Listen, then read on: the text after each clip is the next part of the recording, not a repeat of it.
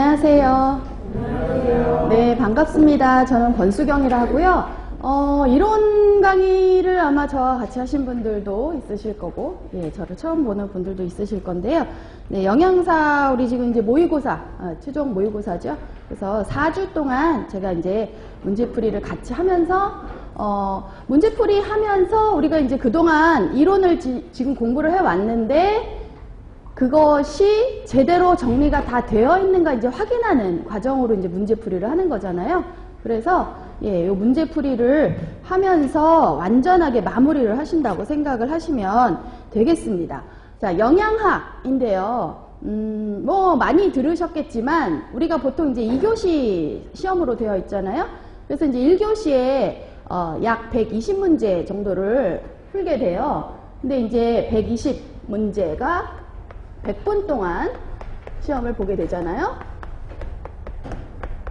자, 이 120문제를 100분 동안에 푼다는 얘기는 한 문제당 1분이 걸리면 안 된다 소리죠. 문제 읽고 바로 그 보기 중에서 어느 정도는 답이 딱 눈에 띄어야 해요. 물론 이제 하나가 안 띄고 약간 이건가 이렇게 헷갈리는 2개 정도는 눈에 확 띄어야 돼요. 그럼 이제 그 둘 중에 어느 게 더 맞는가 약간 몇 초 생각하고 딱 하시면 그게 한 40초 정도 걸려야 되거든요. 그래서 사실은 그렇게 아주 헷갈리는 문항을 많이 주지도 않고요.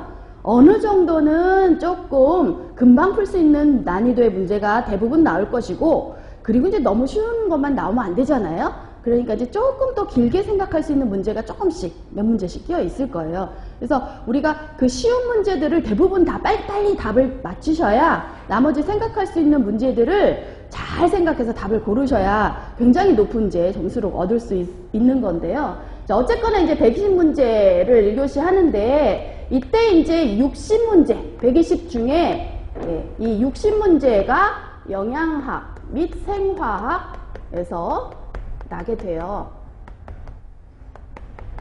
그래서 뭐 보통은 영양소들의 어떤 소화나 뭐 흡수라든지 뭐 아니면은 이제 여러 가지 건강과 관련된 문제 뭐 이런 것들은 아무래도 영양학 파트에서 주로 날 것이고, 생화학은 아무래도 이제 몸 안에 다 흡수된 이후에 몸에서 이용되는 대사적인 것들을 조금 더 많이 물어볼 거예요.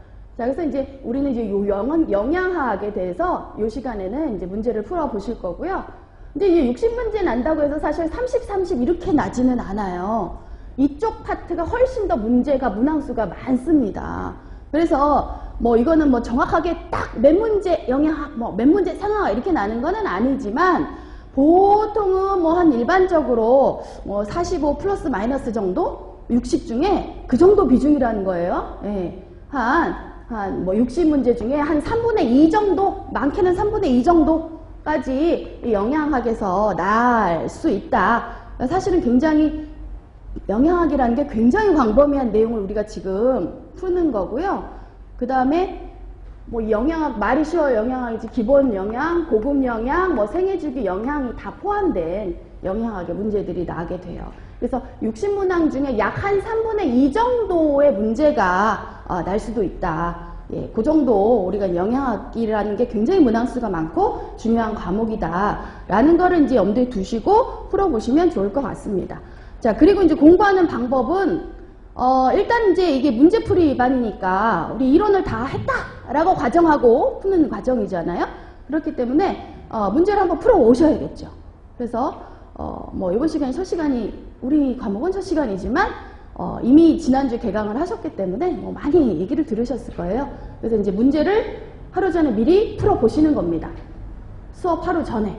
그래서 풀어보면서 이거는 뭐지? 라고 하는 거는 이제 내가 공부했던 이론 과목을 이렇게 다시 들춰보면서 이론을 복습해가면서 문제에 대한 답을 달아오시면 되는 거예요. 그럼 이제 이 수업 시간에 오셔서는 저와 같이 문제의 답을 체크를 하는데 내가 나 그대로 정답으로 그대로 뭐 아무 문제 없이 했다 라고 하면 이건 내가 잘 알고 있구나 라고 하시면 되는 것이고, 만약에 내가 그냥 아는 것 같아서 그냥 복습 과정 없이 이런 뭐 뒤져보거나 이런 거 없이 그냥 답을 툭 체크했는데 봤더니 문제가 답이 틀리네? 그러면 내가 이 부분 뭔가 착각하고 있었구나 해갖고 이제 그걸 설명을 잘 들으시면 되겠죠?